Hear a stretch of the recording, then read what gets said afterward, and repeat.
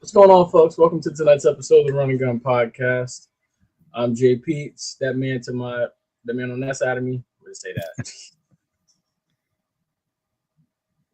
I was waiting on VJ to say something. Oh, you want me to do it? Oh, I had to fix my thing anyway. Sorry, I'm working on something else here. Trey, fine. He wasn't ready. I'm just trying to fix this stuff here. All right, fine.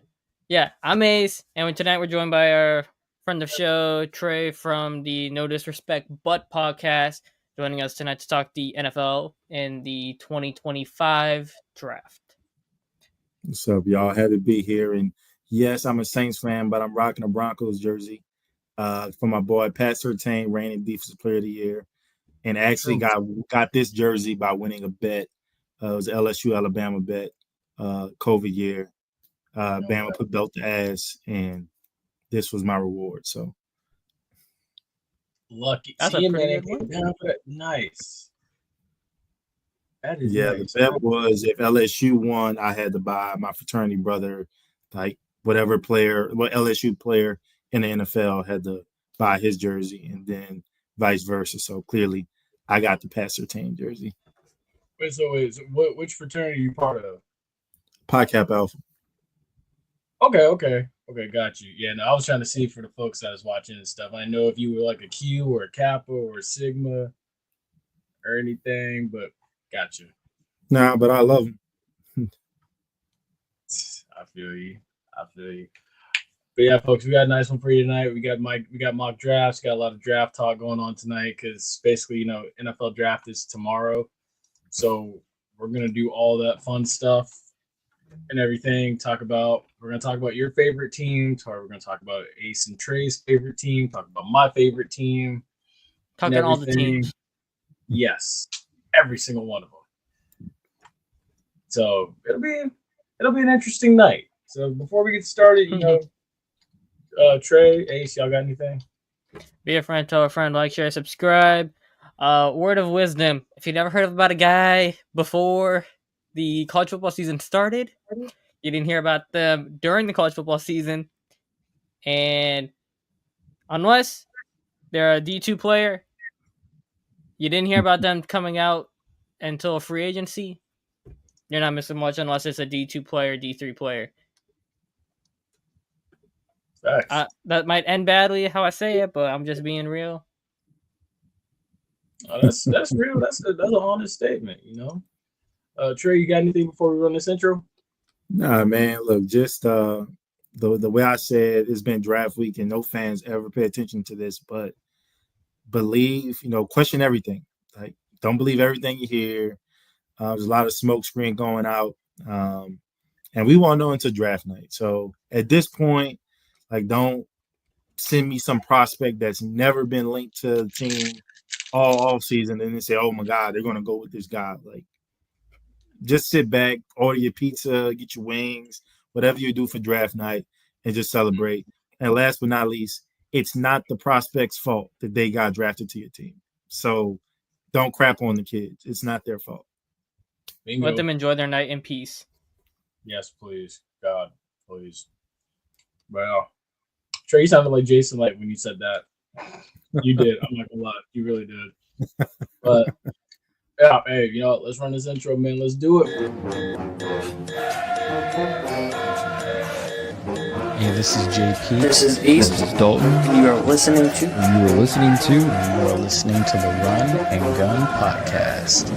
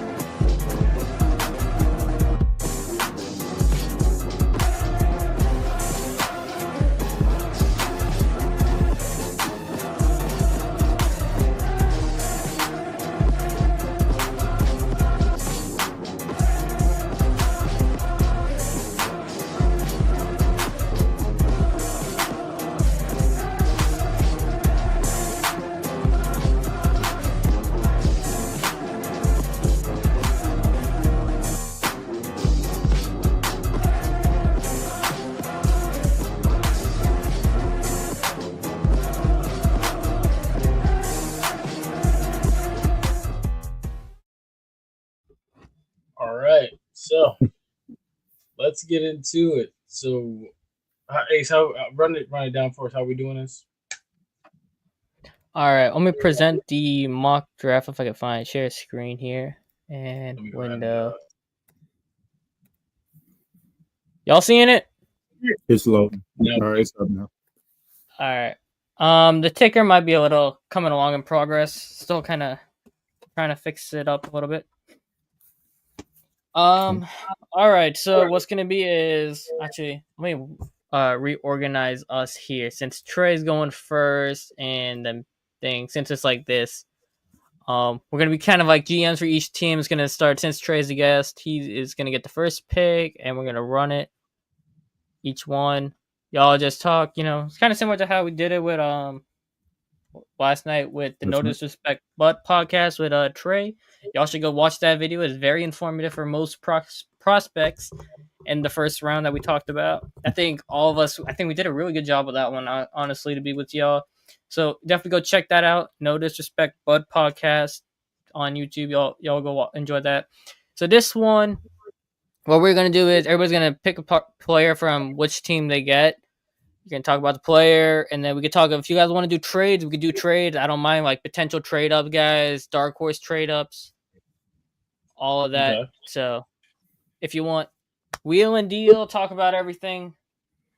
Okay. If you want to throw out wild card teams, like wild card, like dark horse prospects up teams, go right ahead. Be as wonky as you want, because there is a lot of fluky stuff going on in this draft I've never seen before. So with all that. Yeah. The Tennessee Titans are officially on the clock.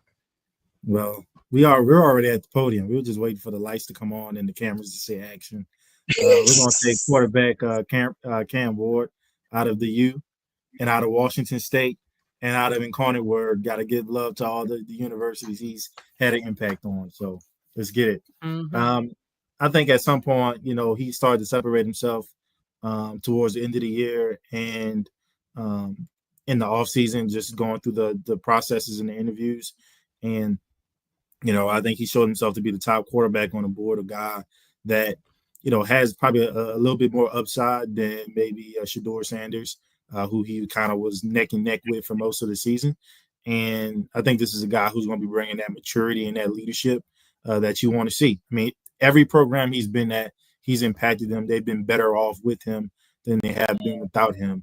And I think, as the Tennessee Titans, we haven't had a franchise quarterback since Air McNair. And I think it's time for us to give our fans something, a quarterback that they can believe in for the next decade, if not longer, help us get back to not just winning the AFC South, but actually starting to be a true competitor in the AFC.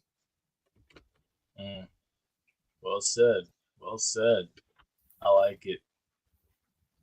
Are the Browns on the clock? Yes, sir. Yep. Oh, okay. Let me go run the card up. This is a no-brainer with the second pick of the 2025 NFL Draft.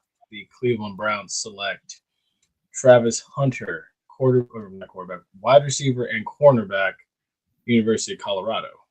So this one was pretty obvious. No ifs, ands, or buts about it. Dude's a Heisman Trophy winner. Best player on the board right now. I thought he was best player on the board overall, regardless. It's just Tennessee had a pressing need, a quarterback that they really needed to address.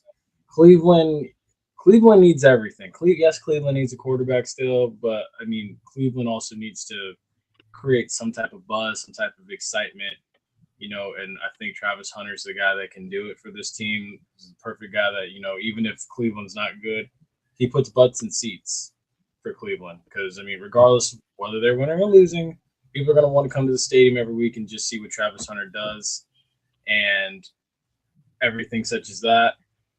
So, yeah, that's what I'm going with right there. I think it'll be interesting to see how his rookie year goes. Mr. General Matt, I have a question for you just about utilization. Jamar Chase and T. Higgins are in your division. Will we see Travis Hunter take some significant snaps opposite those two guys? That was exactly what I was about to ask him. Okay. So would he be more primary corner and then dabble a little bit, like 30 plays on offense? I would say. Or It'd you probably playing be them about 100% both ways, which I don't think is possible, but I think maybe like 140, 150. I would say probably, honestly, I'm going to go 70-30 wide receiver corner. I'll say this, and I've been an advocate for this. He did it in high school. He did it in college. You at least have to give him the opportunity to show you that he can't do it in the NFL. He's done it at a high level everywhere. So to reduce him, I don't know if you're getting the best bang for your buck. Now I get it from the business standpoint, because if he excels at both, what is that paycheck going to look like? Because come extension time, you just can't pay me for one position. So I get the business side of it, but that deal's going to be dumb crazy, honestly, when that time comes. But yeah, I would say just to start 70-30 as his confidence grows, then you progress more. Maybe you go like a 60-40 and then maybe a 50-50 or something like that. I think it depends on how well he picks it up. Because if he goes out there and he gets cooked by Jamar Chase, and it's like, we got to have a conversation.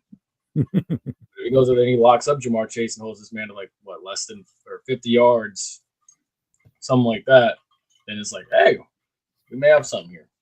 But in time, we'll see. All right. I kind of regret now making Trey take the first pick, and now I got to deal with all the issue picks, as I call them, like the Giants, Saints, Steelers, especially. These are the issue teams. I'm going to be real. With all that being said, though, I'm going to divert from what we did last night, and I'm going to stick to consensus, take the best player on the board. Because the Giants, like similar to the Brown situation, they need a bit of everything. I could easily, like, if the defensive talent in this draft wasn't so, how do I say this properly? Very plush. I think that's the proper words. Like, it's very loaded in this class, but there's separators. Like, there's the blue chip superstar guys who I think are like day one stars, and then there's like 4.5 star prospects. So like Carter, Hunter, 5 stars. Then there's a lot of 4.5s and a lot of 4s. With all that being said, I will be taking Abdul Carter, number 3. I just think even with his injury concerns coming during the draft process, that man was a wrecking ball. Like, I know Micah didn't play that COVID season for his draft year, so he wouldn't have been able to go top 3. But I believe if he did, he probably would have also gone top 3. With all that, like Abdul Carter, same type of impact without any of the concerns with the personality and all that. Even though I think Micah's fine, even though we all know what happened in Penn State. We're not talking about that. We're talking about Abdul, and Abdul has all of that in clean, and he's just as much of an athletic freak. So I think him, Brian Burns, and then Street's been talking about Kayvon Thibodeau. If they potentially want to trade back up for a quarterback, Kayvon Thibodeau is a hell of a conversation starter to get back into the first round. It's interesting that and pretty high in the first round. It's interesting you put Abdul Carter there, because I'm gonna share some with you later that I had for Abdul Carter. But keep going. Trey, you up. Well, before I make my selection, I will open the floor for anybody who is interested in getting to the 4th overall pick. What picks do I have? Don't you have 9? You got 6, and you got 9. 9 ain't moving up. Ooh. That means you would also have 21. I'm gonna be wild, but I don't have that pick, so I can't do the fun stuff. So I don't have 32, so I can't go and operate for that team. You got 21 though, I think. 21 ain't moving up that high. They can sit their behinds down right there. Okay. So we'll pass on 4 because I don't have control over 32. Okay. Yeah, I'm sitting. Okay, you're gonna sit. Well, with you guys sitting, look, I really want an offensive tackle. I do think 4 is a little rich for me. And I could get a prospect like Mason Graham. But I did pay Milton Williams a ton of money. Hoping my other DT that dealt with Christian Barmore, I hope he comes back a little bit healthy. But with the talent in this draft at offensive line, I'm gonna have to go with the best player available. I'm gonna take Mason Graham, defensive tackle out of Michigan. I like that. We were talking about it yesterday that Barrymore concerned with the blood clots. Mm-hmm. I forgot about it for a while, but it makes a lot of sense. There's been talks of Harmon and potentially his running mate in Michigan going ahead of him, but I think that's just all noise. I mean, the talent speaks for itself there, and his play on the field as well speaks for itself. Production speaks, talent speaks, personality speaks enough for me. I'm fine with that pick at 4. Okay. It's a Patriot pick, and it's a definite, Mike Vrabel pick. Yes. All right. So for me, with the 5th pick in the 2025 NFL Draft, the Jacksonville Jaguars select Armand Membel, offensive tackle from Missouri. Ooh, I like that. I think with this one, if you're Jacksonville, you got to find help along the line. Of course, you have to protect Trevor Lawrence. You have to be able to establish a running game in this division. You're going against a very talented, well, I don't want to say scary talented, but you're going against a very talented up and coming defense in Houston. You have to find a way to essentially, get leaps and bounds better than Indianapolis. You have to find a way to, get ahead of Tennessee and stay ahead, which, essentially you're already ahead of them, but you want to get further ahead and widen that gap, regardless of who they picked at 1. So I think if you can get someone that can help block for Trevor Lawrence, pass protect, but also get downhill and run for guys like ETN and company, I think it starts with Armand Membel. So that's who I'm going to go with. Okay. All right, for the Las Vegas Raiders, I was having a debate on this one, but he's right there for you. He's right there. I know he's right there. I'm gonna take the man, Ashton Jeanty, at 6, even though this running back class is loaded. The talent is a 5-star player, while there's a lot of 4.5, 4.7s in this class. So a 5 is a very strong 5.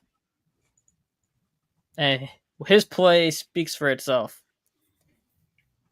Now, the biggest question for me is, will Pete Carroll give him the ball at the 1-yard line? That's my only thing. That's my only thing. All right. Let's see. Yeah. Oh my God. So here I am with the Jets. I think they have some needs. Obviously on the offensive line. I think they could use some good defensive pieces as well. But I just got a new quarterback, and I'm paying him $20 million. And I hope he pans out for what I want him to be. I hope he continues to improve as a passer. And I think the only way that he can do that is by having a weapon. And if I lose out, if this quarterback doesn't pan out, maybe I have an option to get a starting quarterback next year. And so I want to have some weapons in place. And so there's no bigger weapon in this draft than Tyler Warren, tight end out of Penn State. And so that's who I'm going to roll with. I like that. So for this 8th pick in my mock draft, I had Mason Graham going here. To be honest with you, I feel like Carolina needs to get some type of enforcer along the D line, but he's not available anymore for this draft. So I think who I would go with here, if I'm gonna make a judgment call from what's available, I'm gonna flip it I'm gonna flip it from that, and I'm gonna go with Will Campbell from LSU, offensive tackle, because they do need to also do a better job of protecting Bryce Young and stuff. You have to essentially, because you ended the season very strong. If you can give Bryce Young a pocket, much like they did at Alabama, he can have success. So I think you have to do what is necessary to keep him upright. Plus, you're in a division with, you have aging pass rushers in New Orleans. You have, edge rushers that are, about middle of the road in Atlanta, and then you've got edge rushers in Tampa that are somehow, some way getting developed one way or another. This is what Jason Light does. So I mean, you have to find a way to keep your guy upright facing these edge rushers and everything. So yeah, and at the moment we've all been waiting for. Well, I'm gonna make this a committee pick. I'm gonna be I'm really. calling. You're calling. Hallelujah, praise the Lord. I'm the Jesus Miami Christ. Dolphins. I'm calling you. Thank you. I really think it's Miami's gonna trade up. I want to make a deal. I will give you Jump to 49ers. I will give you my first this year. I'll give you my third in this year's draft. Let's go to the things. I want to see our picks, and then I'll give you a third in next year's draft. Hold on, I'm trying to select. No, I don't want the Giants. Why is it trying to give me the Giants? No, I don't want the Giants. It's funny, but while y'all doing this, it's funny because in my mock draft, I had New Orleans getting Abdul Carter. How? Straight up for him? No, sitting right there at 9. So I had Cam Ward, Travis Hunter, Will Campbell. All right, one sec. I gotta fix this. This thing is glitching out on me. I had Amon Mimbo to Jacksonville. I had Ashton Genty going to the Raiders. I had Mike Green from Marshall going to the Jets. And then I had Mason Graham going to Carolina. And that left Abdul Carter right there for the taking. And who did you have at 3 and 4? 3 and 4, I had Will Campbell going to the Giants. And then I had Will Johnson going to New England. Oh, wow. So, I mean, in my mock draft, Abdul Carter fell right to New Orleans. Dang. All right. Which, I mean, I know neither one of y'all would complain if that happened. Will Johnson? Abdul Carter? No, I wouldn't complain at all. No. Miami's calling New Orleans? Yes. All right, here's your picks. I'll give you 13, 98. Now I'll give you my third for now. Third in next year's? Yeah, third in next year, yeah. To go to 9? Yeah.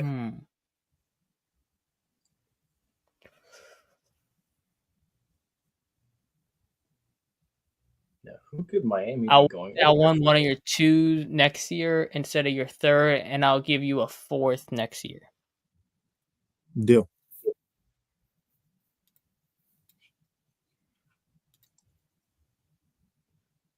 Now, who could Miami be moving up for? Oh, wow. How did I get rejected?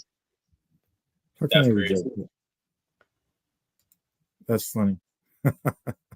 That's crazy right there.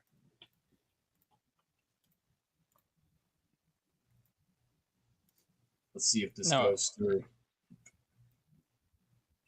Yeah, so I mean, Dolphins have a lot of needs in this draft. Wow. That's crazy. I thought we could do our own trades since we're picking for all the teams. Yeah, I was gonna say you can't like force the trade. I don't see how. Okay, I'm the Saints. I'm offering Miami. I want to force this. How do I force this? I don't know if you can. Yeah, that's weird. Just give up. Since we're only doing the first round, just give up the whole, give up the rest of the draft. Yeah, just give up the rest of the draft. Like, we know what we agreed upon. Like, we're only doing the first round. Yeah. And here's the thing that I'm thinking about too. What if? Bro, what? Give up the whole thing. The whole thing. Like, what if somehow this also involves a Jalen Ramsey coming to New Orleans as well? It would not shock me. Because I could see him being a part of it. There we go. There you go. Right. Yeah, see. Okay. It wouldn't shock me. All right. For the banner, I wanna write. Hold on, create a banner here. So what's the actual we said? So Miami Dolphins, I gave up a first, my first this year. I gave up my 3rd round pick this year, and my 2nd round pick next year. 25 3rd. Mm-hmm. And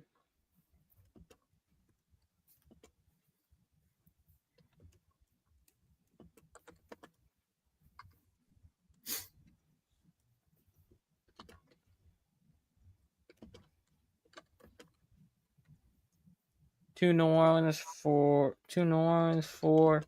9 and 2026. It was a 4. Mickey has to give up a pick going back anyway. Every trade is always like that. And I don't know how this messes up our dynamic because I guess I technically had pick 10 too, but so we'll figure that out. So I guess I guess I'm picking back to back then. Yeah. If that makes sense. With the 9th pick, I'm gonna take Kelvin Banks Jr. Teron Armstead retired, and we got to get Kelvin Banks. Kelvin Banks Jr. number 14 offensive tackle out of Texas. We got to protect Tua, and like I said, we just lost Teron Armstead, and we need to rebuild that. Of course, I could have gone with one of the corners, and honestly, had I not been able to trade up, I probably would have tried to take one of the corners that were available. But this is just a guy that's going to help protect our quarterback, solidify our offensive line at the most important position. He's also a guy that, hey, if we, got back in the second round and, drafted an offensive tackle and we wanted to move this guy in the guard and solidify our left side, that would be great. I can even see Calvin Banks moving over to the right tackle because I have a left-handed quarterback, right? So a guy that's really diverse in what he can do in an offensive line. And I think that's kind of what I need. And I know he dealt with a little ankle injury last year, but I'm hoping that he'll stay healthy. Unfortunately, Teron wasn't able to stay healthy throughout the year. And unironically, Tua wasn't able to stay healthy throughout the year. And so I'm hoping about getting one of the better offensive line prospects. I keep my quarterback upright, and we can get back to competing in the AFC East and getting back to the playoffs.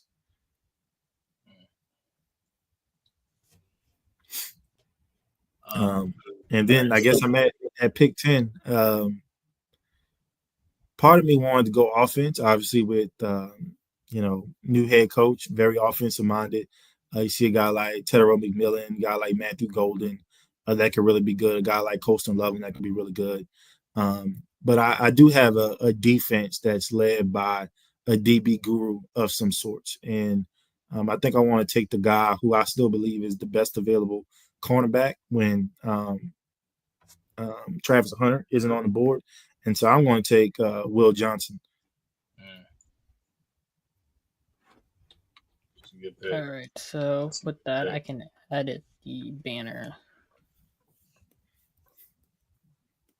All right, wait. So is it my go? Yep. Yeah. Okay. It's your go. All right. Funny thing about that previous pick between Miami. So I had Kelvin Banks Jr. going to Chicago, which makes this even more ironic that the Dolphins would trade up like that to get in front of Chicago to get him, so that Chicago can't. I think that's just funny how that worked out between what I have in front of me on my mock draft and what's before us now. But okay, so yeah, with the 11th pick of the 2025 NFL draft, the San Francisco 49ers select Jalen Walker, edge rusher from the University of Georgia. For this one, you've lost so much, and truth be told, yes, Brock Purdy, I don't think is it. I don't think he's worth what he's asking for. But you got to rebuild this thing, and you got to find some new juice, some new blood to bring in there to kind of maintain that stronghold you've had. Because San Francisco the past couple of years has been predicated on, hard hitting defense, physicality. I guess I didn't pick him. And now you're basically it's a rebuild. So you got to find a base player, an enforcer, and someone like Jalen Walker that can do that, and then go from there and build up from here with your compensatory picks and your remaining draft picks. So yeah, I'm gonna go with Jalen Walker. Okay. University of Georgia. All right. I'm back on the clock here. Jerry.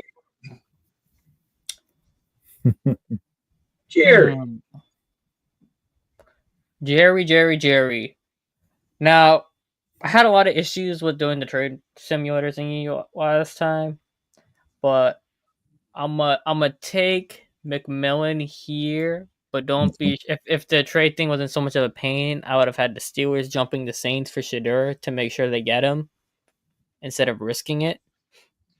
I had McMillan going there as well.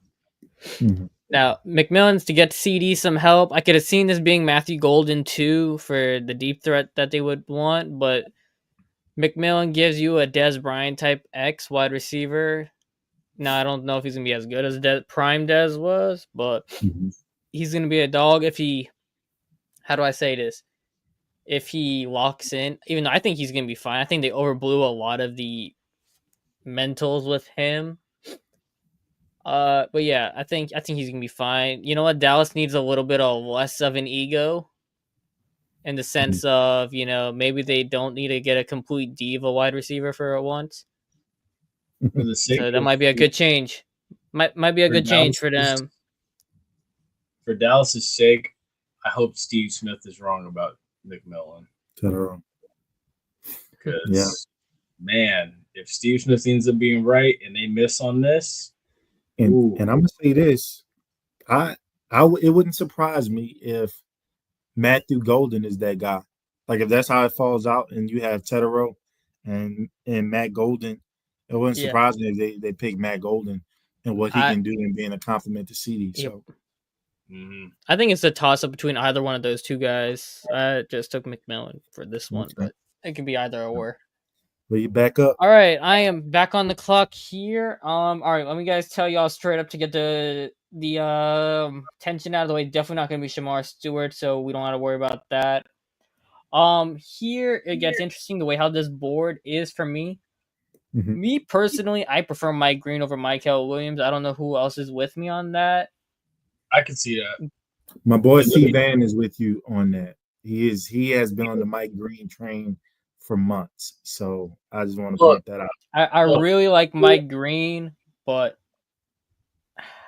look, in I my like Jihad Campbell too.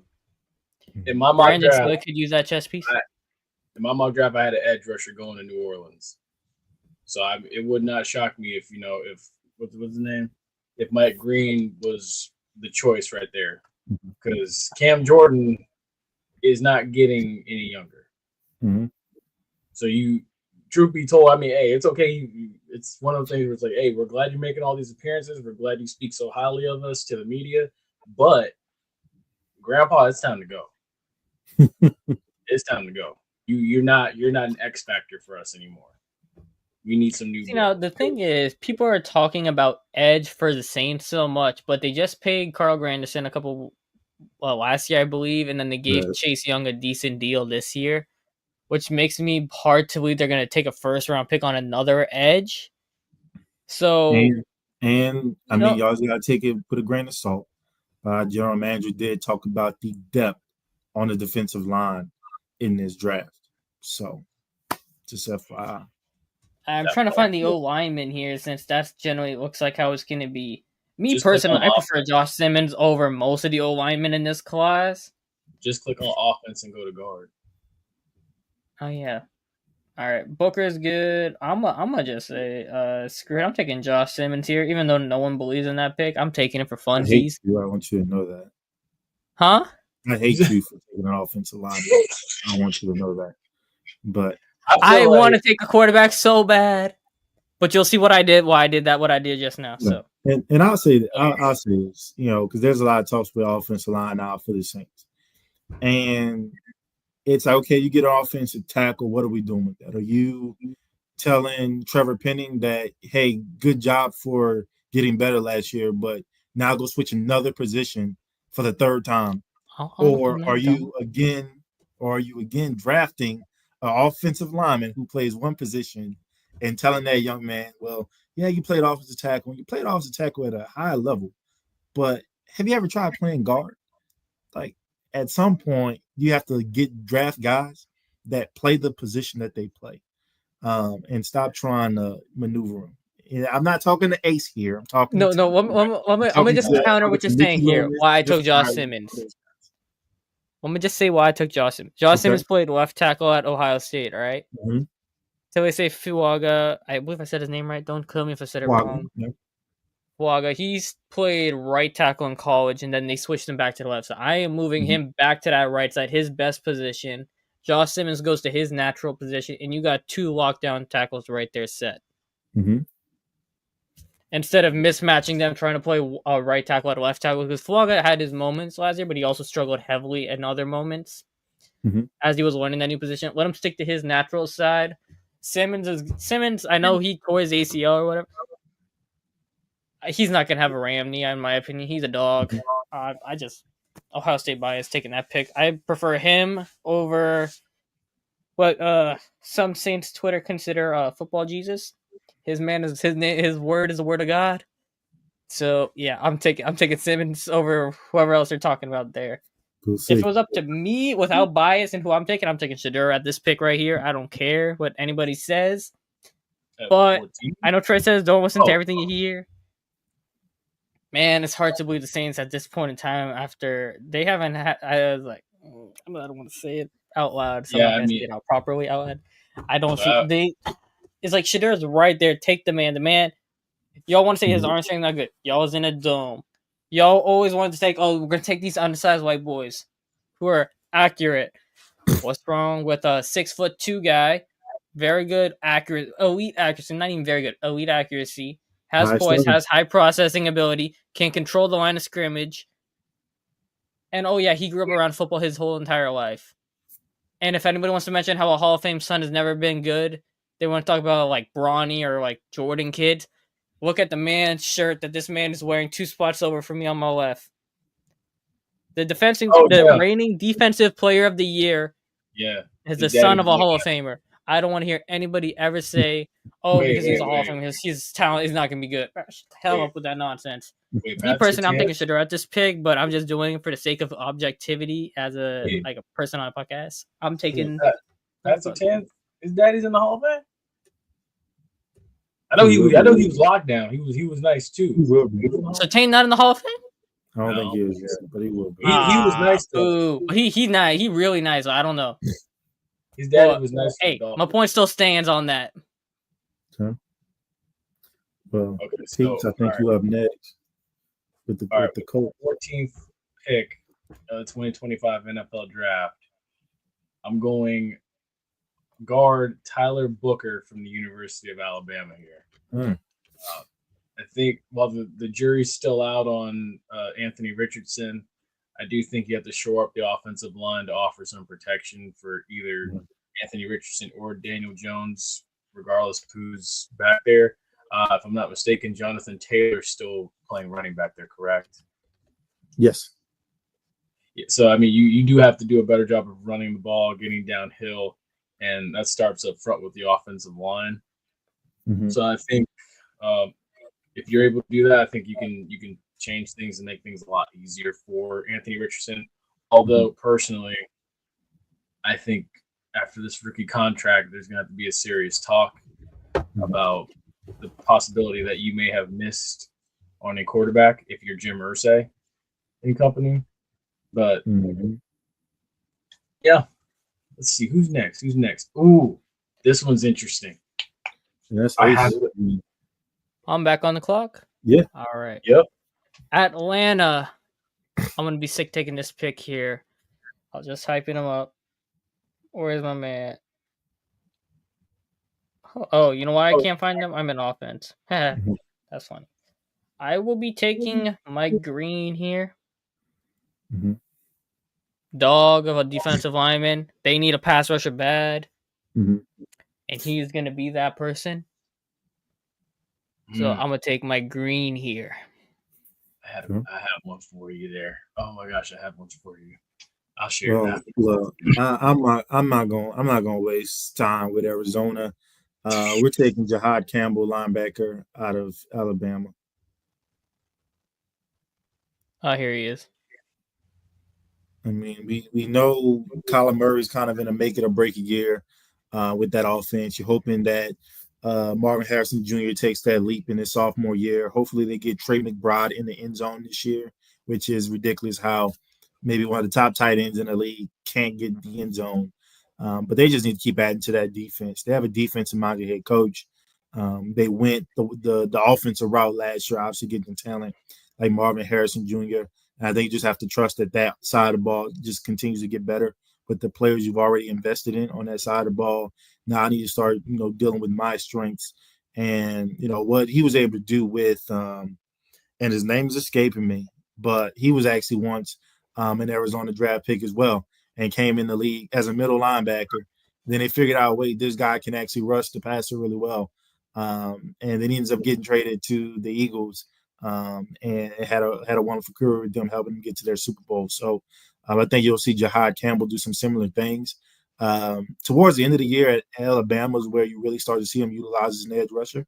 Actually was recruited as an edge rusher, and just so he could see the field, he made the transition to off-ball linebacker. So this is a guy that led that team in tackles last year.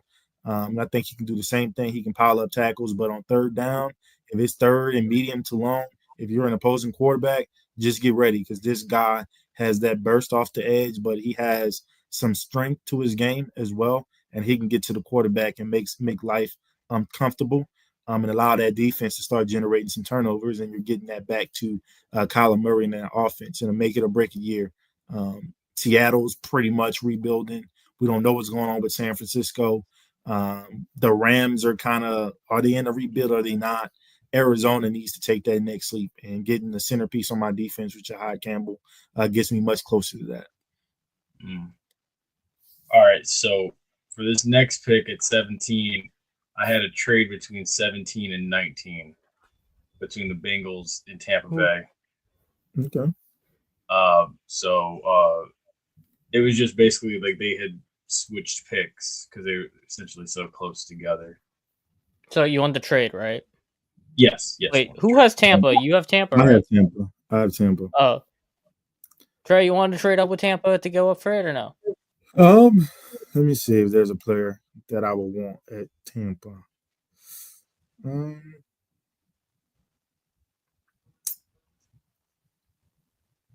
Let's see. Scroll down on some prospects. I was gonna say because there is one that I could see Tampa taking on the defensive side. Yes, I know I want to go defense. Now, I'm trying to think about position-wise what I need for defense.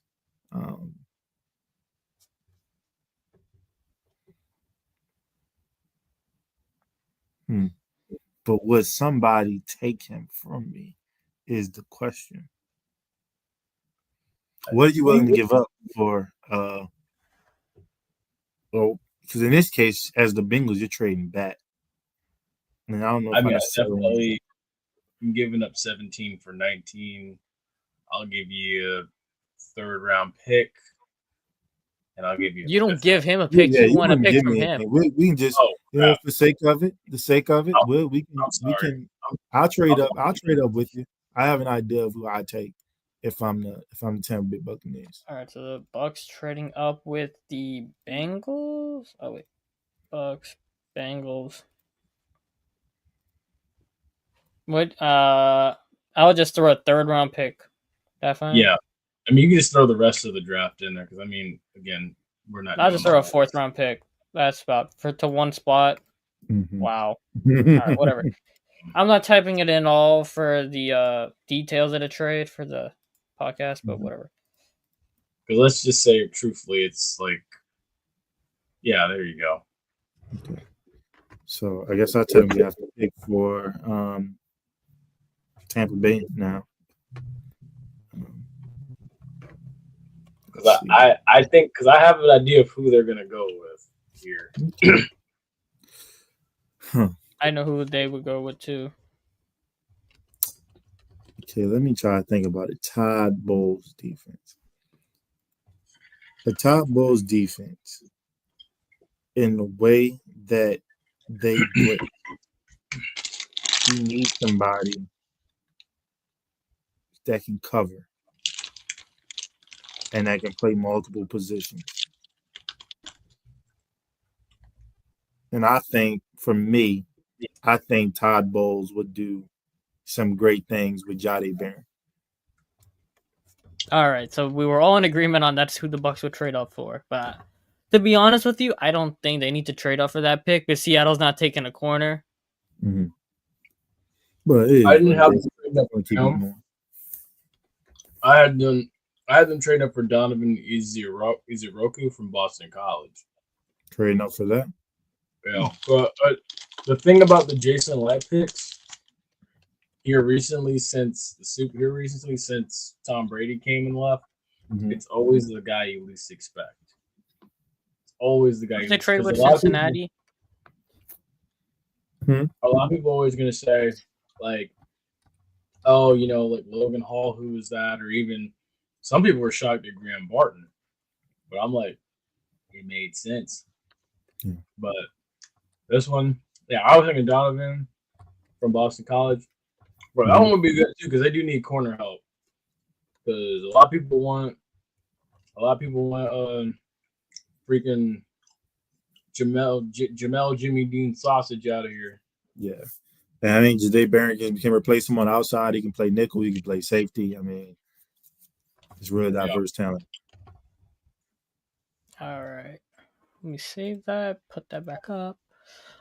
So as you make all right, my pick. I need to select it on this side, right? Jahdae Barron. And all right, Seattle's turn. I'm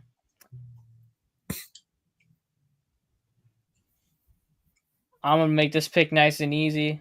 Give Leonard Williams a running mate. Okay. I could have went Matthew Golden here, but an interior of Leonard Williams and Derek Harmon might just be pure nastiness. You just wreak havoc inside. And Peeps, you got back-to-back picks at 19 and 20. Oh, bet. With the 19th pick, I went with Nick Emmanwori, safety from South Carolina. I go like that. That's a chess piece. I think that's who I had. No, I had Walker here, but I could see Emmanwori being the pick here too. So I got Harmon here at Seattle, and since I'll just be honest. I'll just be honest here. Like the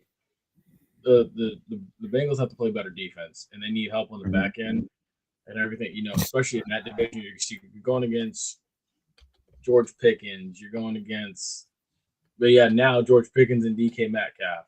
You're going against a high flying offense that's also punishing in what the Ravens have with Lamar Jackson and company and Zay Flowers. You have you have the Browns on the other side too as well. And I mean, as we've seen with Jameis Winston, Jameis can sling it. He might throw a pick on the way, but he can sling it, so you still have to protect the back end. Even though Jameis is gone now. But yeah, you gotta get some safety help, and you gotta play better in the secondary. So I think this is the start. With the 20th pick, your y'all's boy Sean, the Denver Broncos. My boy Sean, I know. I'm so vexed with him. Whoa. I'm trying to scroll down here. Here we go. The Denver Broncos select Colston Loveland, tight end from Michigan. Okay. But this one, I mean, you're already building something pretty special. You already were a playoff team. I think, Colston kind of opens up the middle a little bit for this offense. I don't think they really had a true threat at tight end. So I think this kind of helps. That's a joker, I guess. That's a dog, not even a joker. What, Colston Loveland? Yeah, I would have thought it would have been like a running back here, but I could see a tight end if he's there. It wouldn't shock me. So, Steelers time. Let me just run the board here. The other one too that Denver could do, maybe. It wouldn't shock me if Amari and Hampton went right there. Yeah. Yep. This was somebody did last night. My turn. I'm going to just make it nice and easy. I hate this pick for the Steelers. I prefer him in New Orleans because I'm still mad with Mike Tomlin for that nonsense he was doing with Fields last year. But they get the best player available, in my opinion, right here. You know, Pittsburgh gets a dog. I could see being Jackson Dart actually over Sanders, but I'm Mhm. gonna put it here because I'm tired of the BS going on. I could see So, that. I could see that utterly like pissing him off and motivating him coming into the league. oh yeah, I will say the Saints passing on Shadur is gonna be like passing on Lamar, but Yeah. you know, Well, what do we know? Anyways, I It don't look- need to say much about Shadur to Pittsburgh, right? I think we all know Right. what Shadur brings to the table. It is ironic I've though because it's like he goes 21. His dad was 21. Mhm. It is kind of ironic. Just want to throw that out. Keep going. My bad. No, you No, I good. ain't gonna say nothing else. So at 22, I in my mind, I was like, okay, I'm gonna break the mode. I'm gonna go offense because we know that Jim Harbaugh doesn't do that very often. But then I'm thinking I just lost the older Bosa. He left me for the Buffalo Bills. I actually kind of gave him his walking papers, and I need to reestablish my trenches, especially with Khalil Mack's aging as well. So I need to get younger there. And so I'm gonna go with a guy that has tremendous upside. I'm gonna go with Michael Williams, edge out of Georgia. Him falling this far is kind of crazy.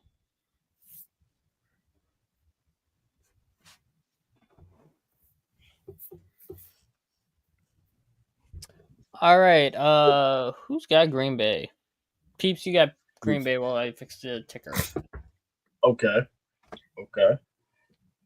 So, oh man, took that one away. So for Green Bay, I went with Jade Barron, but I think you could go. You could go Shamar Stewart here, best player available on the board. If I'm Green Bay, get some sort of a defensive presence possibly out there. You got somebody that kind of like somewhat reminiscent of like Zadarius Smith and company.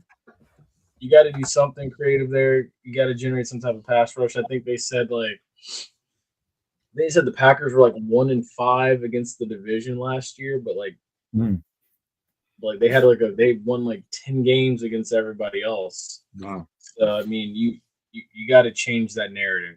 If you're the Green Bay Packers, me personally, just knowing throughout my life that you should not be that bad. Green Bay should always be in it to the end in this divisional race. So I think Shamar Stewart's a good start. All right, I got Minnesota.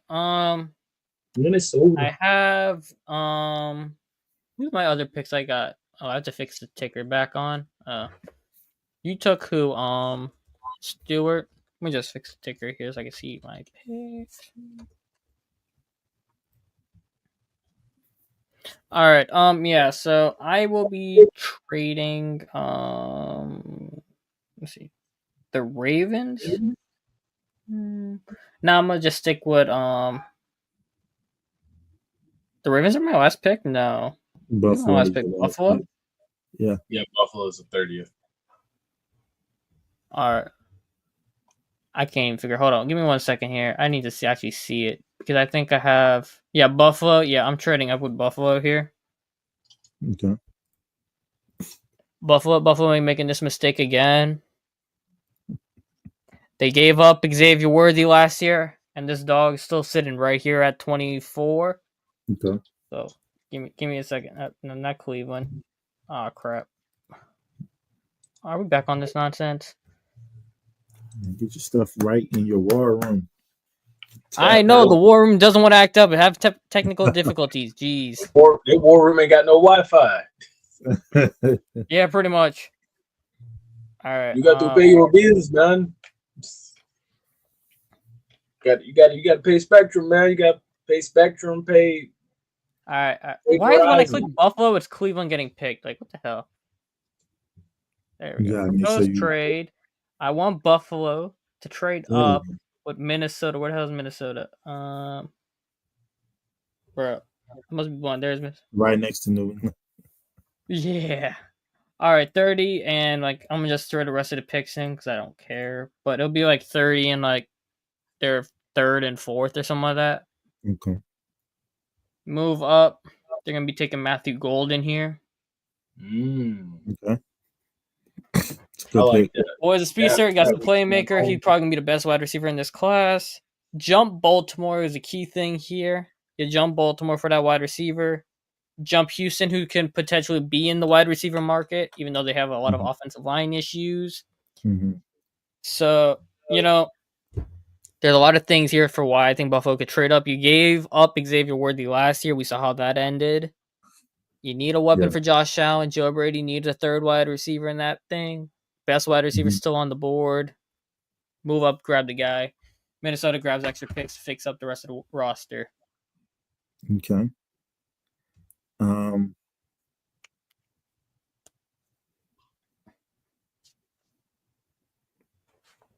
You know what? So going into this, I was like, all right, I'm definitely going to pick an offensive lineman, but I kind of like to some degree the Cincinnati Bengals approach of all my quarterback needs is half a second, especially if he has receivers that can get open. We saw Houston last off season take a chance on Stephon Diggs. He unfortunately tore his ACL. Then they had a couple other injuries. What was it, Nico Collins that got injured? So Hamstring. that wide receiver room isn't as deep as we like to think it to be. And so I'm going to go with the guy who at one point played with my starting quarterback, actually had a high draft stock before Kyle McCord ruined it. Now he had to come back for another year. I will go with Emeka Egbuka out of the Ohio State University to pair back up with CJ Stroud. Thank you for saying that. That made my day. That's a good pick. I like that one. That is why I also had Buffalo trading up to jump all these AFC division conference teams who could use a Matthew Golden. I like that pick a lot. Let's see. Am I 26? Okay, yeah. You were 26. I'm mad that you're 26 because I wish I was making this pick. But go ahead. Oh, 26 should be number 20 on the board or no? Let's see. 26. Dang, because I had them where they traded out on my mock draft. Oh snap. Okay. For this one, I'm gonna go. I can't see that too well. Is that? You want me to scroll for you? Yeah, just zoom in a little bit. Okay. Okay. Got it. Okay. You zoomed in a lot of bit. Yeah, you did. Boy. I'm gonna go edge rusher. I'm gonna go. They do not need an edge. They got the best defensive, like one of the best defensive lines. Like, please do not. I'm just messing. I'm gonna go Nick Scrouton from Texas A&M here. I would have won Malachi Starks, but all right. So yeah, like if we're gonna go defense, I would have won Malachi Starks. But this is something that I was thinking about. Something about the Rams is they're known for doing things a year early rather than a year late. Oh, yes. Matthew Stafford essentially has 1 year left on his contract. Mm-hmm. If I had 26 and he was still on the board, I'm drafting Jackson Dart. I can sit him behind Matt Stafford. And the Rams are a team, like every time I get into it with the Who Dat Nation of, hey, I'm taking a quarterback at 9 because I'm not playing the game of I can possibly get back in. Like I have the 9th pick.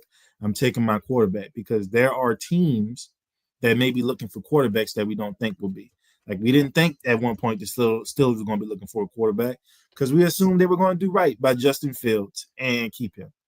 But that didn't happen. And so, the Rams were a team that I was thinking about, like, okay, like they were already kind of moving off from Matthew Stafford, but they were able to figure something out with the money to just give him 1 more year. But they never put themselves in a position where they have to now just hurry up and fill a void. Like they always have a plan. And I think low key, we're not really talking about it, but they may be looking to have a plan at the quarterback position to get someone in a building now, sit behind Matthew Stafford for a year, Matthew Stafford rides off in the sunset, whatever that is, and they turn the keys over to this guy.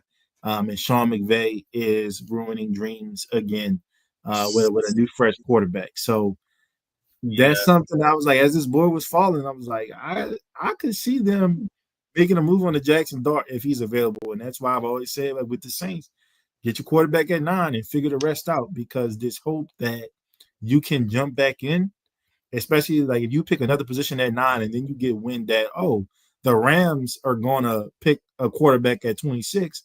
Well, trading back with the Eagles doesn't matter anymore, right? Or the Bills or whatever it is. Now you have to jump at that point 20-something spots. Well, that gets into first-round pick in 2026 territory to move that far.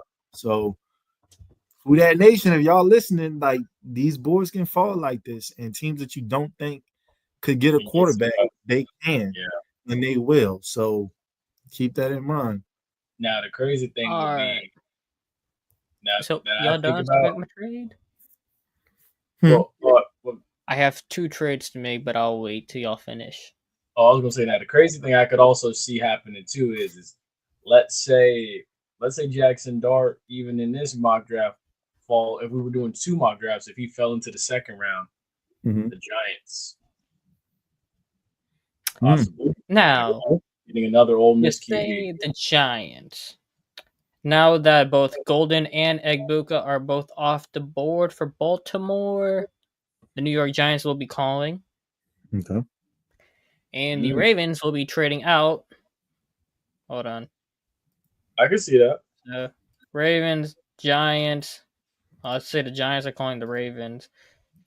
3rd and 4th probably, but I'm going to just say 34 and like a 3rd or a 2nd. Now just say like. I would say go the whole thing. Just do the whole thing then, sure. Yeah, that way it just goes through. All right, we all get the point. They'll be taking Jackson Dart, even though I think Dart goes to the Rams. They're going to be calling up for a 1. Where is he? Oh, there he is. Jalen Mero. Okay. Jackson Dart going to the Giants. I could see him going to either one. Either one. I am not done, but I'll wait till it's my turn again. Yeah, and I could see New York doing that. I mean, they've already been fielding calls about getting back into the back end of the first round, the draft a quarterback. You know, and here's the thing: the Jackson Dart doesn't surprise me one bit, because it's starting to become, or I have this feeling that Mara is getting a little bit more involved with the whole process. Because I felt like all the homework they did on Shedeur Sanders throughout last season, for now the talk to be, okay, well, he's not the guy, we're going to Bill Carter, but we still want a top quarterback. We know that Mara makes his decisions through the lens of Eli Manning. They drafted Daniel Jones once upon a time when the organization didn't want to, because the owner said, well, they had the same coach, Coach Cutcliffe. I want that. I want him to be behind Eli. I want them to learn. Now I could see him saying, oh, well, that didn't work out, but Ole Miss, maybe it was the college, and he went to Ole Miss, and he broke all Eli's records, and they have a great relationship, and Eli can come in and mentor him, and whatever craziness can go through his mind, because he's done none of the work for months about the quarterback evaluation this year. I could very well see him doing that. And so their organization have done their due diligence of getting a Russell Wilson and a Jameis Winston to cover their behinds to try to at least win games. But when it comes to the future and who John Mara wants, it would not surprise me if he's saying Jackson Dart better be on my team come camp. Yeah. And you know, and look, if they feel like they can't, like the same way the Saints may not be able to get back in at 9, if they feel like they can't get back in, it would not surprise me one bit if they took them at 3, which would everybody will bang the desk and be, hey, hold up. But I can see it. I can see that. It could happen. See that. So it's draft week, man. It's draft week. I can see that. Hey, you know, by the way, Trey, if you want, you can also trade. Since we're already out of the first round, if you want, since you own the Lions pick, you could trade it to any team available. I could, if you wish. I'm just saying. And honestly, normally I probably would, but there's this prospect on the defensive line that's just staring at me, and I have to add that to the animal I already have that I drafted out of Michigan, and so I got to add James Pierce Jr. to this defensive line because Hey, I can read I his just want mind. to make life for Man, these I'm so proud of quarterbacks myself. a living hell. So But I'm gonna now, go with James Pierce Jr. I man. am like, I'm great at but reading your mind. now, but now, see, my question is this: what's going on with James Houston out of JSU? He already left, bro. He Already got He left. cut. left. Yeah. He signed He was somewhere. in I don't know what Cleveland. he's done. Oh, He was wow. in Cleveland for a minute. He was in Cleveland for a minute. They got rid of him Yeah. for some reason. I don't know why. They tried making him an off-ball linebacker instead of pass rusher, which was stupid. Yeah, he's in Cleveland right now. That's funny. That's funny. That guy's not with his original team, but yet Marquise Bell is. Anyway. Wash peeps. You got one job here, and it's like staring right in your face to not to literally do it. I'll make your life easier. I will just scroll down here so you have the options to do the right thing here. Honestly, I could see Washington go a lot of ways. I could see them going multiple ways with this. By the way, before I do make this pick, did anyone else see Jaden Daniels skipping into the facility because he realized he was free? He was so happy. He got free of his mom. That's why he was so happy. Yeah, wait till you find out she has a key too. So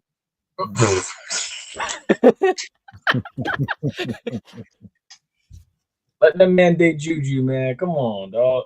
Let that man date Juju. But serious note, I mean, I could see them going two different ways. I could see Washington going wide receiver here. I could see Washington going running back here. Because it's because you had on one end the front office saying, Brian Robinson needs to play better football, but then on the other end, it's like with Washington and the amount of gotta run and get my charger, y'all. Keep going. Go ahead. With as creative as they could get, I could also see them going wide receiver here. So what I'm gonna do is, with the 29th pick of the 2025 NFL Draft, the Washington Commanders select Omarion Hampton, running back, North Carolina. Very good. He took a running back. I'll wait for Trey to come back before I do it. I'm waiting for you to come back before I do it, Trey. I think this is the one that will push Brian Robinson to play better, as they've been proclaiming and saying. I think this is the wake up call. All right, Trey, you're here. Minnesota's turn. I'm sending the house here. Okay. Oh, we can hear you. You can hear me? All right. Yeah, I can hear you. Minnesota is the same team that took 3 second-round picks to go from 12, to let Detroit trade from the back end of the first round to go all the way up to 12 for Jameson Williams. You can get them. So I am sending 40, 48. We don't have. Wait, well, actually, no, I wouldn't get 48. That would have been the Miami's third-round pick. But I probably would have given that. I wouldn't have. I would have understood. If in that real draft scenario, if Mickey says you really want to move up to 9 and stop Chicago and San Francisco from getting the best available tackle prospect that's available, I can see them saying, hey, instead of giving us that third-round pick, 98, I want 48. So, I mean, either one can work. I can see that. And he could probably give up a future third for it. But anyways, right? So 48, third-round pick, I don't care. You send whatever 2 third-round picks, your second-round pick, I don't care. You send Trevor Penning because they could use offensive line help in Minnesota.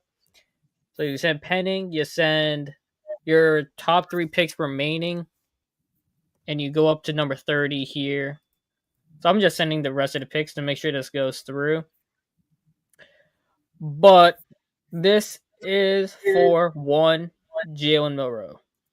I don't want to hear no nonsense about nobody named Tyler Shuck because it could go with a F. I didn't hear with that shit. But y'all get the point. Yeah, Milroe. The man had his moments. We know he got benched for South Florida, but that was some other reasons, I think, in that decision. If you want to point to that. The man, when he has offensive line time, he is very good. While he does have fumbling concerns, I think that can be fixed. If you do draft Jalen Milroe, you are signing a vet quarterback and you are trading Spencer Rattler away, in my opinion. but I think also it's Milrow more gives you the running ability that Mhm. Kellen Moore wants. He gives you the cannon arm that you would want. Mm-hmm. He's also very young. I believe he's 22, if I'm not mistaken. Trey, correct me if I'm wrong on that. No, you're good. 22 on that. He's 22 years old, 4 years younger than Mr. FU over there up in Louisville. So he has potential, right? We know he's got the body of a quarterback. He's got the arm. He's got the legs. You season him up, and you make that your franchise quarterback. He has the most upside of anybody in this class. And unlike Anthony Richardson, he can make throws in the middle of the field if he needs to. And he also has much better, like, okay, if you want to compare processing, it's like a F to a C in terms of processing grades, in my opinion, between the two of them. And you know, I gotta give another add to the scouting Floor is report yours. for my guy. Look, Floor is yours. there's gonna be a lot of talks. Anybody that's looking at this and be like, "Oh my God, did you see the game against how he started against Vandy? Oh my God, did you see the game against Oklahoma? Did you see the game against Michigan without their starters and how he played?" Look, we've been there before. We've seen the young player that plays down to their competition. It was something we saw later in the Saban era. It was something we saw year one under Coach DeBoer, where if there was a team that, hey, they're coming in here, we need to step our game up, we need to do what we do, you saw Alabama rise to the occasion. And not only did you see Alabama rise to the occasion, you saw Milrow rise to the occasion. We've seen the games against Georgia. We've seen the games against LSU. We've seen the game against Ole Miss a year ago when he had just gotten his starting job back, and the guy that everybody is clamoring is just so much better than him. He outdueled him, beat him. That's what he did. And when you think of big game performers, you're not going to find a much better prospect than this guy. And playing at the level of competition that he played against. Yeah, he's had some bad games, but I guarantee you, if you look at the bad games he had, it was usually against a team that was really bad and they didn't have the discipline. But that's something that can be coached. And you see a guy like Kellen Moore, who has a history of developing the quarterback position, not just the physical traits, but also the mental traits. How do we prepare throughout the week to get ourselves together to win? And how do I have a guy at the quarterback position that is my voice in that locker room and my voice on the field that gets those other guys on that field to do what we need them to do to execute? And so when I know what I'm seeing in my coaching room, what I've seen in this quarterback and what he can do as a leader and what he can do when he's on, and when the lights are brightest on him to shine, he's done it. And to be quite honest with you, there's not another quarterback in this draft class that can say that they've done it like he's done it when the lights were brightest. Love Shador, 1-7 versus winning teams. I don't care if you scored 34 points per game. You didn't win the games that you needed to win against the competition that asked you to do it. Jackson Dart, against some of the top teams in this league, same conference. Yeah. What do we ask every year? Why can't Ole Miss get the job done when they need to do it the most? A lot of that was coaching with Lane Kiffin because he has that same monkey on his back as a head coach. But that also trickled down to the quarterback position and what Jackson Dart was able to do and what happened when defenses were able to make adjustments in the second half. Ole Miss didn't look that good offensively. As much as I love Cam Gordon, he's done some good things, and he's done good things at every stop. We also got to point to the level of competition. And when they had everything in front of them, much like Alabama had everything in front of them, but you play a really good Syracuse team, and they take it to you, and you lose all of your hopes at a chance at the playoff and a national title. And so those are things we have to look at. At Wazoo and Washington State, there were some big matchups against some really good teams in the Pac-12, and they didn't always get it done. Sometimes it wasn't always on the quarterback. I understand that, just like it's not always on Jalen Milrow and some of these bad games. But if we're talking about the upside, the athleticism, the arm strength, and just a guy that I can say, hey, I watched enough big games in each of these guys' respective careers that I know if everything is on the line and I have to win this game and I need you to be the guy that rises to the occasion, you can't tell me or show me a quarterback in this draft class that's done more than he has. I rest my case. There it is. The only thing I would say is I feel like that pick you could get Miller on the second, but I mean I digress. I mean if you really want a guy, you'll go up and get him. So I mean, he's probably jumping ahead of Cleveland, I'd assume. Yeah, I mean that's probably what you're thinking because Giants have already picked their guy, and then Brown. I mean, unless you really believe that Shuck is the guy that Cleveland will be like, oh, okay, we missed out on Dart. We're gonna go. I will add also. You mentioned getting it done against the good teams, right? Mm-hmm. People like to point to how Tower FU decided to battled Miami, right? He threw like 400 touchdowns. Might I mention that Miami's defense was not good, bro. They legit made USF and FAMU look like actual the offenses for FAMU and USF both moved the ball extremely well against Miami. Miami's defense was not very good last year. Yeah. So take all that with a grain of salt, please. Mm-hmm. No, we'll do. All right, but I'm back on the clock, and all I'm gonna say is, how do y'all mess up 2 years in a row? You're gonna give me one of the top wide receiver prospects in the class just staring at me? You bring Luther Burden to me, and we're gonna make some Mahomes magic in here again. So now I have Xavier Worthy, I have Rasheed Rice coming back from injury, and I have Luther Burden. He's gonna get suspended next year. Yeah, he'll be all right. He'll do those 4 games. We're gonna be good. But guess what? He's not gonna be dropping a crosser route in the Super Bowl next year. I'm very disappointed in you. I would have expected you to take Mason Taylor here. I'm gonna be real. I was thinking take the Kelsey replacement. I'm very disappointed in you for that. I could have picked the Kelsey replacement, but what if I get a Harold Fannin Jr. later? That's something that I can make work. He's not Mason Taylor, but I can make that work if I'm Andy Reid. I mean, I'm working with a tight end that didn't become a tight end until his last year in college because he went to college as a quarterback. And he doesn't even run real routes. He just has a feel for the game and uses his athleticism. Well, I can get that done. I can give me a Harold Fannin Jr. I can give me a Gunnar Helm out of Texas. I can give me a Fedora out of Nebraska as a guy that I can just have kind of come in and learn under Kelsey for another year and then take the reins. Because I'm Andy Reid and I have Patrick Mahomes. And you just let me get Luther Burden and you're going to whine and you're going to complain that I get all the good players, but understand that up until this point, 30 teams had a shot at getting a guy who came into this year as wide receiver 1, and they didn't take it because they assumed he can't run routes. Well, you're about to watch the plays that I'm about to run for this guy, and he's going to become a top player in this league. And you can give all the credit to Mahomes all you want to, but Luther Burden III is going to show why I'm fine with that pick. I'm fine with that pick there. I could live with that pick.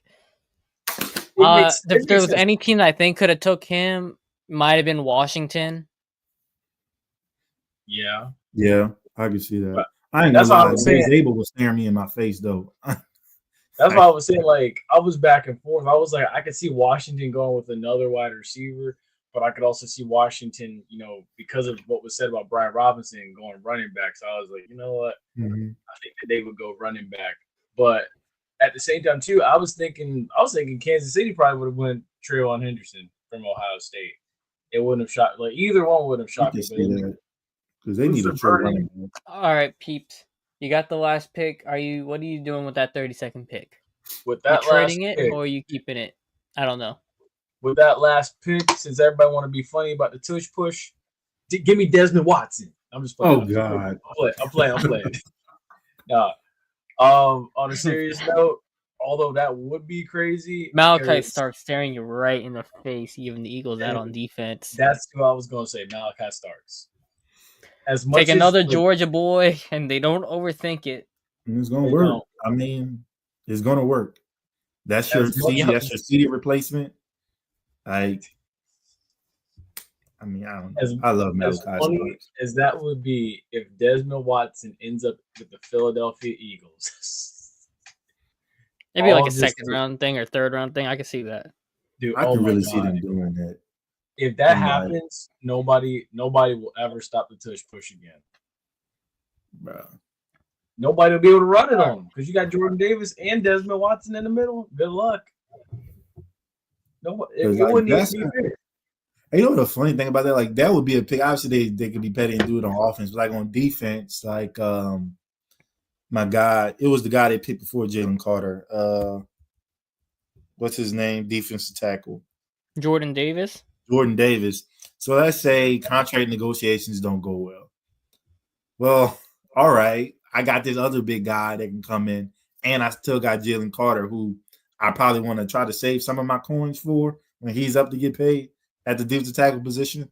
Like that's just how they draft, man. Like last night, can't remember who it was, but they drafted Ezaraku out of Boston College, and it was like that's a Philadelphia Eagles pick. Like they have all these other guys at edge that are probably going to play right away. They're 25, 26 years old, but all on 1 year deal. So it's we want you to ball out and then go get paid somewhere else so we can get a comp pick, but we already got your replacement already drafted. So that's Howie Roseman is the best in the league right now. So he really is.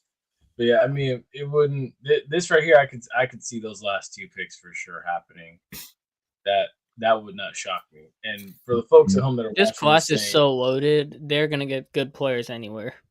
Yeah. Oh yeah. And for those that are watching too, it may say this, but it goes beyond just the first round, folks. Like, who knows? Some of these picks they'll stick regardless of where they go.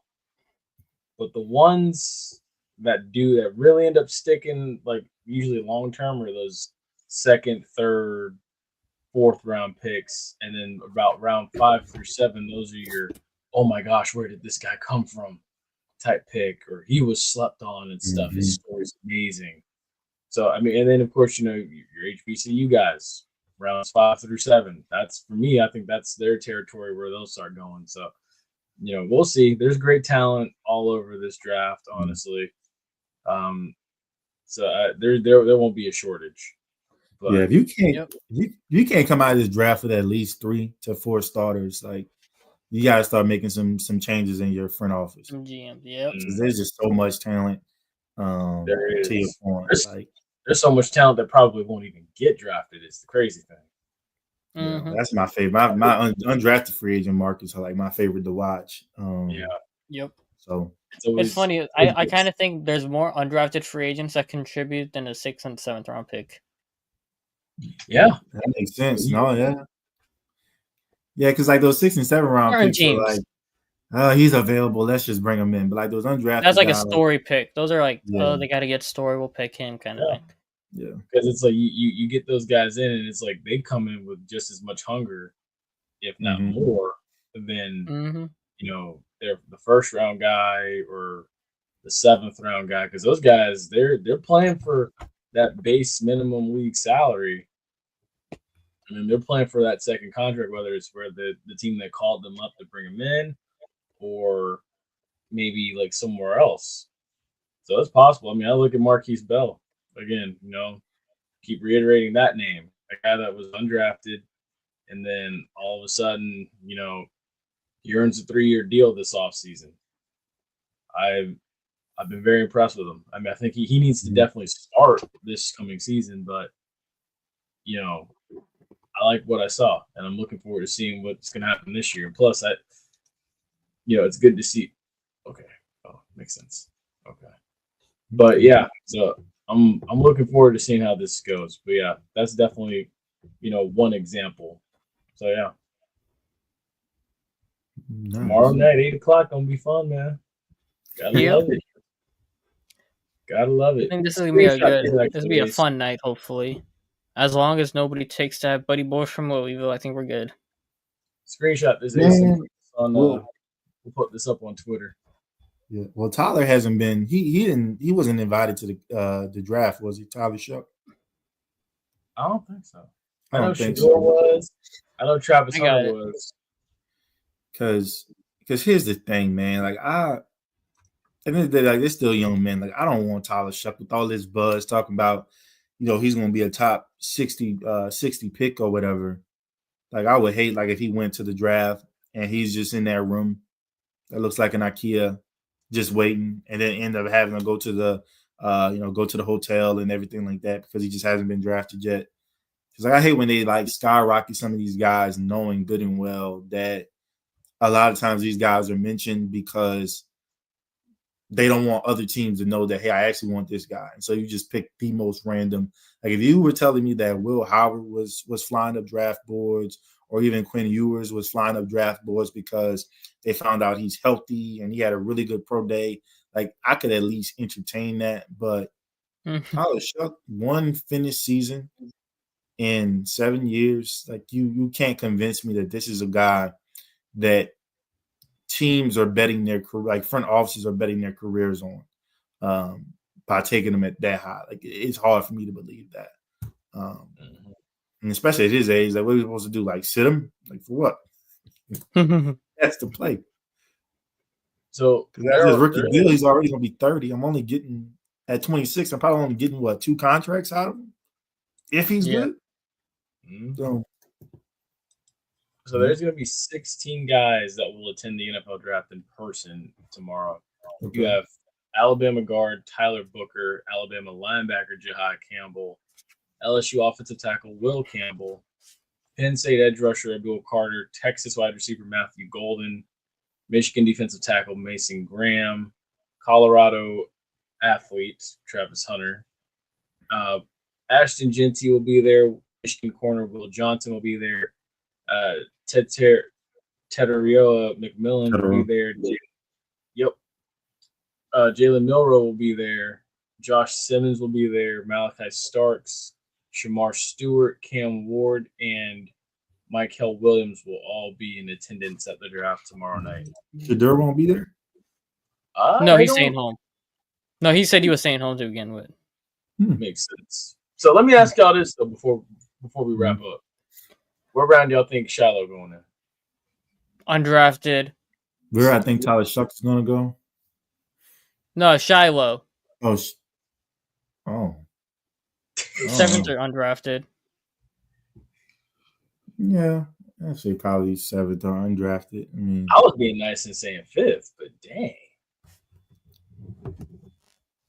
Yeah, I mean, It depends. Like, I think he has a skill set.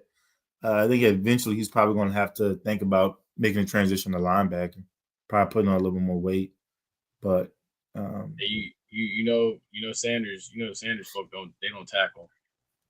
Yeah, but that's going to have to be his best bet because he's not athletic enough to be rangy. So yeah, you're going to be a box safety. You're going to have to get that done. But all right, I got to wrap this up, folks. Thank you so much for joining us. Ace, are we still keeping this up? Or we? I don't know. It's up to y'all if y'all want it or not. Oh, there we go. Yeah, folks, thank you so much for joining us this evening. We appreciate bringing this to you. We hope you enjoyed this as much as we enjoyed bringing it to you. Tongue tied. I'm hungry. Jeez. Also, Trey, thank you so much for joining us this evening. We appreciate you so much, man. Man, I appreciate y'all and having me on, and it's always fun every time I come on. So I appreciate y'all for that. Definitely, man. Definitely. Thank you, man. This was a lot of fun. I think we did I think this was even good. This one was a good little change up. We had trades in it. I think some of these trades actually might happen if the board does fall similar to this. Mm-hmm.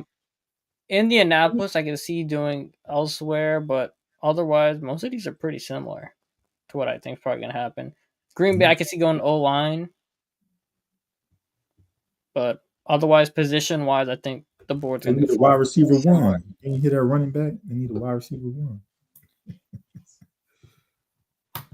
But yeah, folks, tomorrow night, 8:00, whether you will be actually in attendance for your favorite team's draft party at the stadiums, wherever you're going, or whether you'll be at home like me, having food and stuff and watching the draft party, or not draft party, watching the draft.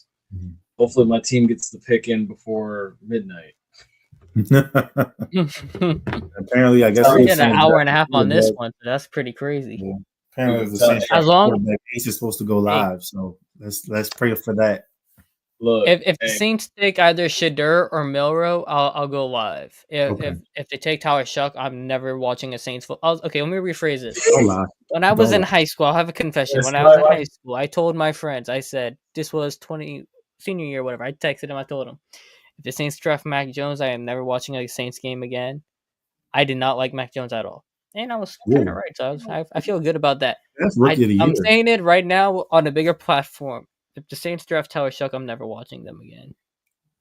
you I'll gonna keep you check the posted. little, you gonna check the little ESPN updates. I'll check the maybe, but I'm never watching. I will never sit down and root for them to win a game with Tyler Shuck. I will stand on it. I don't care. I'll stand on it.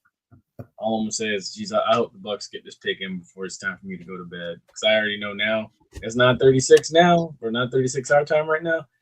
We'll probably be on like the 7th or 8th pick by this time, Mm-hmm. which is gonna be crazy. Because I'm gonna be sitting there like, oh, when is it gonna be 19? And if they trade out, I'm like, hell, I'm going to bed. I'm gonna be so hot.